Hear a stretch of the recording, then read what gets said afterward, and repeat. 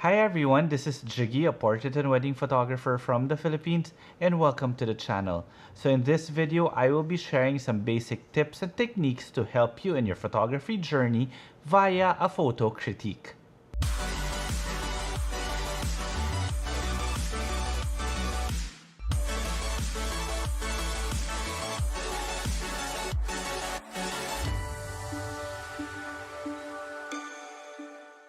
So before anything else, if you guys haven't subscribed to the channel and would want to learn more about off-camera photography, then this channel is for you. So if you want to get notified every time I upload a new video, subscribe to this channel and click that notification bell. Now, if you also want to see some of my images, you could also follow me on Instagram. It's at Jiggie Alejandrino. It is actually an Instagram that I did a shout out for photographers to send me some of their images that we can use for this photo critique. Okay, so here goes. So the first thing about this image is the pose of the subject. I normally don't pose my female subjects square towards the camera because it tends to make them look wider than they naturally are. So whenever you're shooting a female subject, you'd always want them at least at an angle to the left or to the right, depending on the subject's angle. And secondly, by doing that, you will be creating a bit more shadow here in the face, therefore slimming your subject a bit more. And lastly, you have to be aware of the things that are in the background. Look at this orange thing here. It's actually a distraction. It could easily be removed in post, but if you just moved her slightly to the right, then you could have covered her with a body. And honestly, I don't understand why this bag is here. If you're gonna put something here, it has to have a purpose. If you're gonna make her pose, it has to have a purpose. With this one, I don't understand the purpose on why it was done that way. Now, I can see that this was shot with off-camera flash because of the shadows here. You can see that it was shot with a bit of harsh light because you can see it here. Look at that.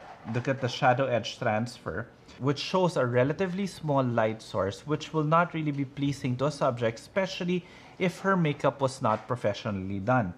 And lastly, I think shooting with a bigger modifier, therefore creating soft light, would be beneficial for this particular image. Okay, so next.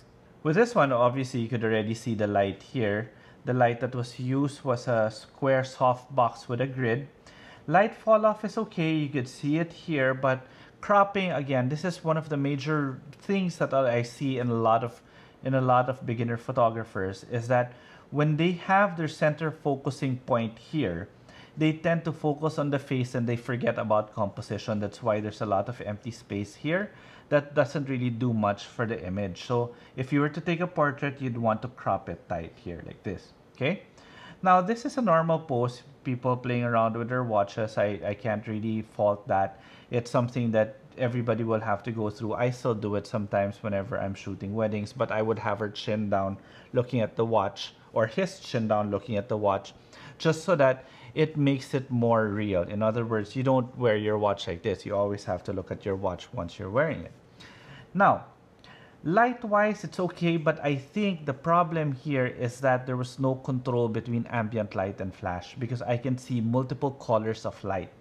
In other words, the ambient light may have been open. Here you could see a more warmer tone, so you've got an overall light here that's coming from the existing ambient light. Then you have this light here being illuminated by this modifier here.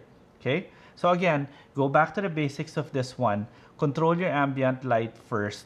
If you want to mix ambient light and flash, make sure they're the same color temperature. As compared to this one, you could see a very big difference in terms of color temperature. But I would suggest that if you were to reshoot this, make sure that your ambient light is no longer in existence, whether you use it using your exposure variables or you could just easily turn them off. Okay, so next photo. Okay, so with this photo, there's just too many things going on. I know it's an environmental portrait. It's meant to be an environmental portrait. The light is coming from here. You've got an flash coming from here. I don't know if this one was shot with flash 2 or environmental light, but you could see that the light was actually feathered towards this direction because you're hitting the light is hitting here, but a lot of the light is actually being spilled towards the background, which for me now becomes the issue. if you are supposed to shoot someone in his environment, you still need to be able to focus the light on your subject, what you want to be able to emphasize on. In other words, in this particular image, what was emphasized was really the background more than him. So what I would do here is I would put this light that's here on a gridded softbox, or just try to control the spill of the light so that everything falls on him right here.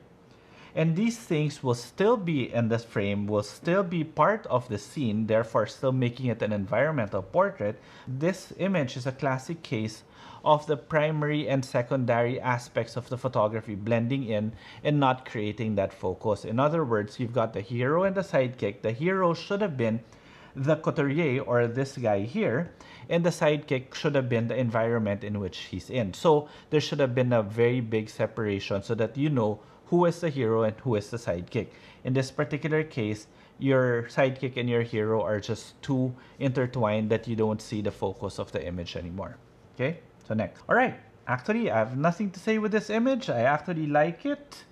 It's a very good editorial photo.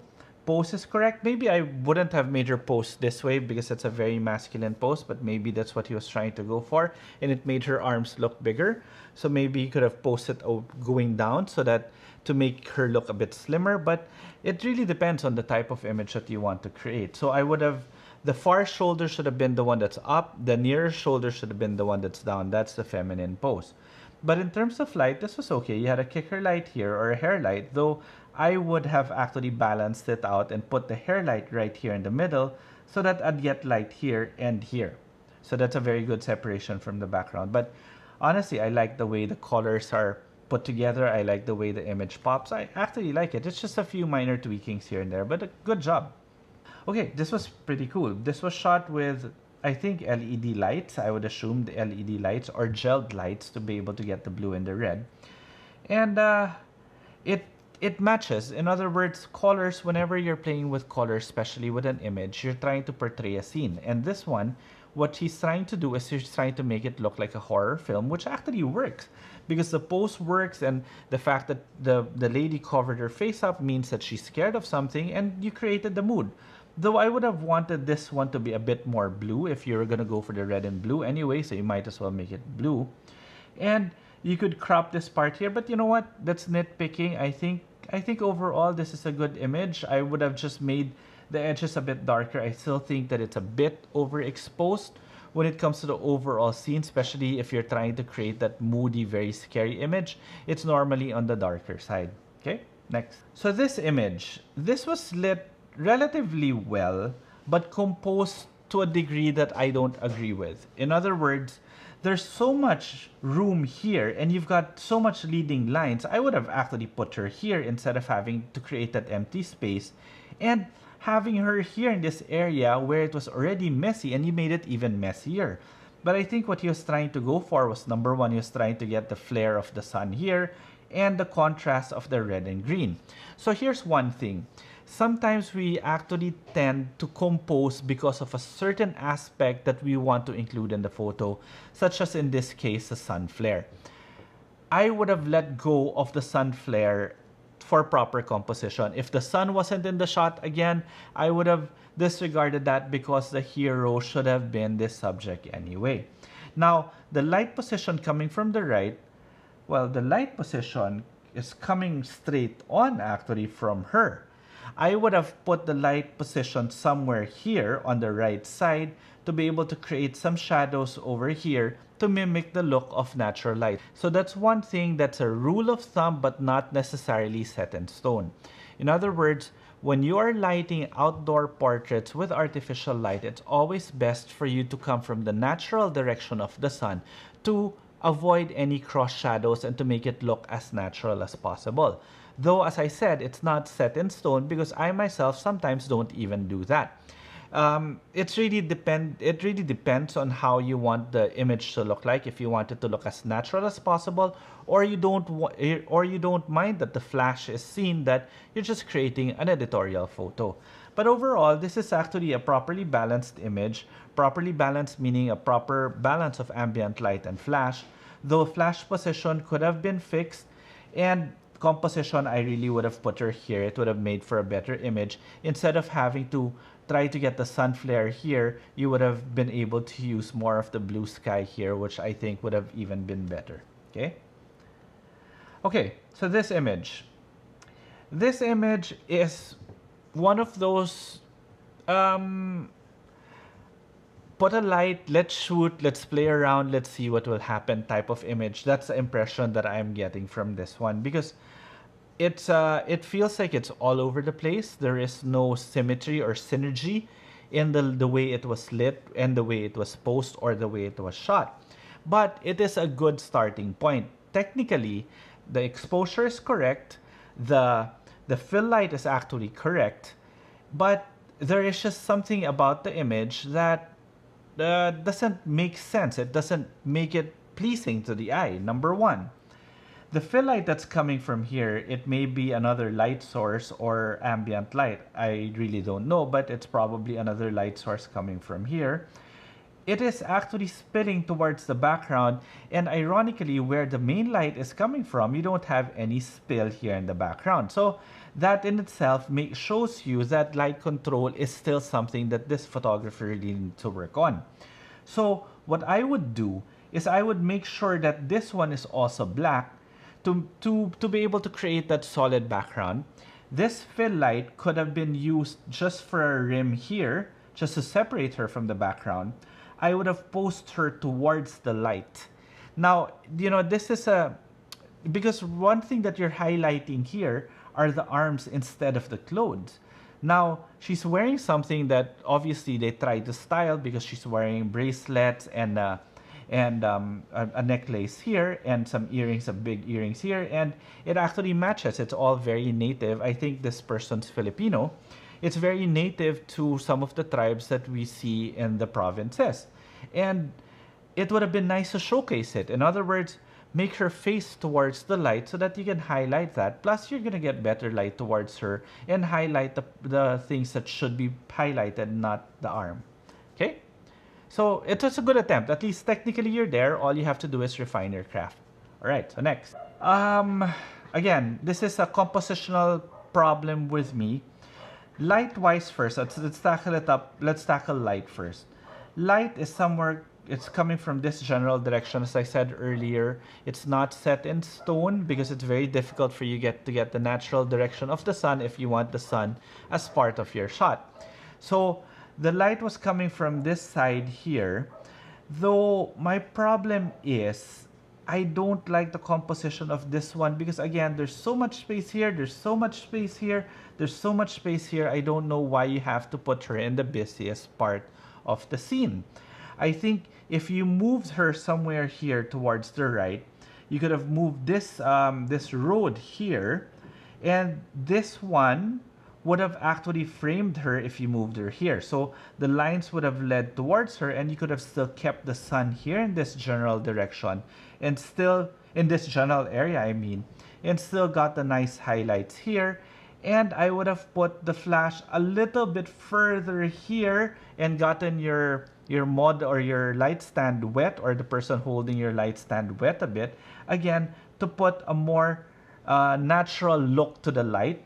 Even if, let's say, for example, the sun is here, the general direction of the sun is still coming from here, you could have the light coming from here and create a bit more shadow. And again, if you're creating more shadows, you're creating texture, you're creating depth, you're creating a more dynamic image.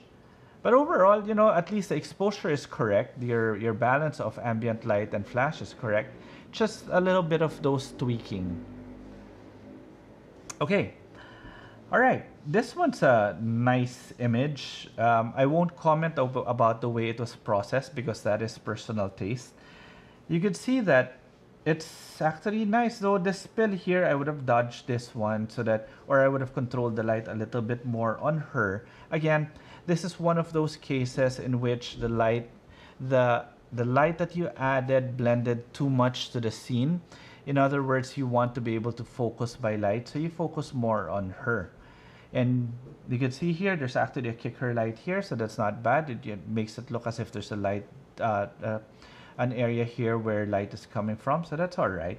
Though I would have controlled the light spill a bit more so that the ambient light would have been darker and made her pop a bit more. And that was it. And to be honest, this was really just a small portion of all the images that you guys sent me.